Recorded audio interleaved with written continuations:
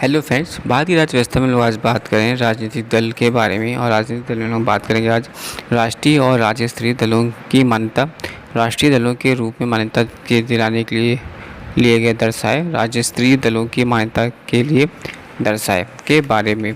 दोस्तों, सबसे पहले बात करते हैं राष्ट्रीय और राज्य स्तरों दलों के लिए मान्यता।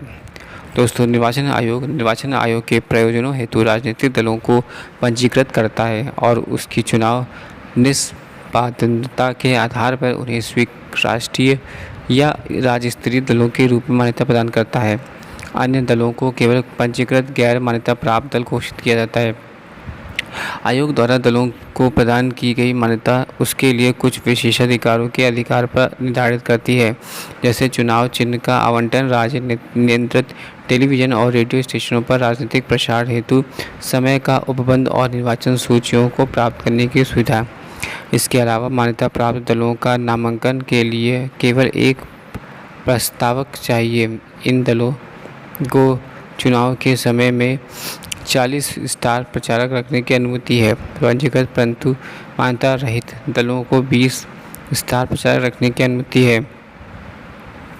अपने दलों के इन उम्मीदवारों के लिए प्रचार करने वालों में स्टार प्रचारक को यात्रा खर्च उम्मीदवारों के चुनाव खर्च में नहीं शामिल किया जाएगा। प्रत्येक राष्ट्रीय दल का एक चुनाव चिन्ह प्रदान किया जाता है, जो संपूर्ण देश में विशिष्टता उसी के लिए आरक्षित होता है। इसी प्रकार प्रत्येक राज्य स्तरीय दल को एक चुनाव चिन्ह प्रदान किया जाता है, जो उस राज्य या जिन राज्य में उसे मान्यता प्राप्त है विशेषता उसी के लिए आरक्षित होता है। दूसरी ओर कोई पंजीकृत गैर मान्यता प्राप्त दल शेष चुनाव चिन्हों की सूची से चिन्ह का चुनाव कर सकता है।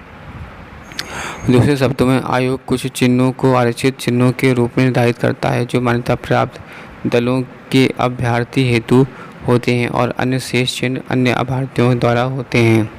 राष्ट्रीय दलों के रूप में मान्यता के लिए दशाएं।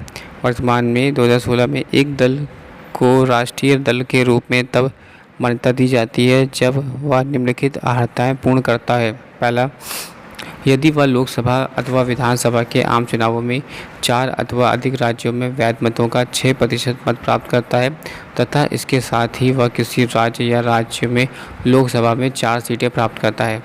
कोई राष्ट्रीय दल मान्यता प्राप्त करता है यदि वह लोकसभा में 2% स्थान जीतता है तथा ये सदस्य 3 विभिन्न राज्यों से चुने जाते हैं। यदि कोई दल कम से कम 4 राज्यों में राज्य स्तरीय दल के रूप में मान्यता प्राप्त हो। राज्य स्तरीय दलों की मान्यता के लिए दशाएं। वर्तमान में 2016 में एक दल को राज्य स्तरीय दल के रूप में तब मान्यता दी जाती है जब वह निम्नलिखित अर्हताएं पूर्ण करता हो।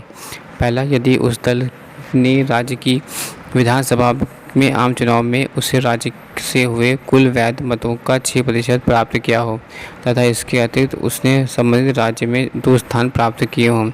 दूसरा, यदि वह राज्य की लोकसभा के लिए आए आम चुनाव में से उस राज्य के लिए कुल वैध मतों का 6% प्राप्त करता है तथा इसके अतिरिक्त उसने संबंधित राज्य में लोकसभा की कम से कम 1 सीट जीती हो।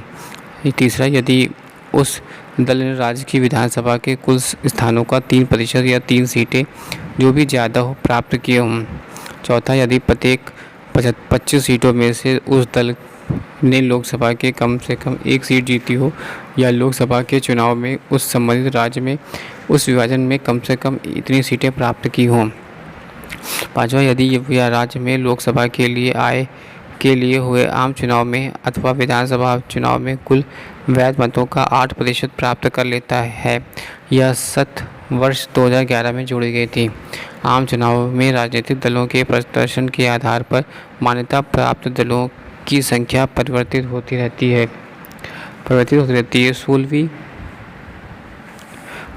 16वीं मान्यता प्राप्त दलों की संख्या परिवर्तित होती है। 16वीं लोकसभा के आम चुनाव 2014 की पूर्व संध्या पर देश में 6 राष्ट्रीय दल, 47 राज्य स्तरीय दल तथा 1593 गैर मान्यता प्राप्त पंजीकृत दल हैं। राष्ट्रीय दलों एवं राज्य स्तरीय दलों को क्रमशः अखिल भारतीय दल एवं क्षेत्रीय दलों के नाम से जाना जाता है।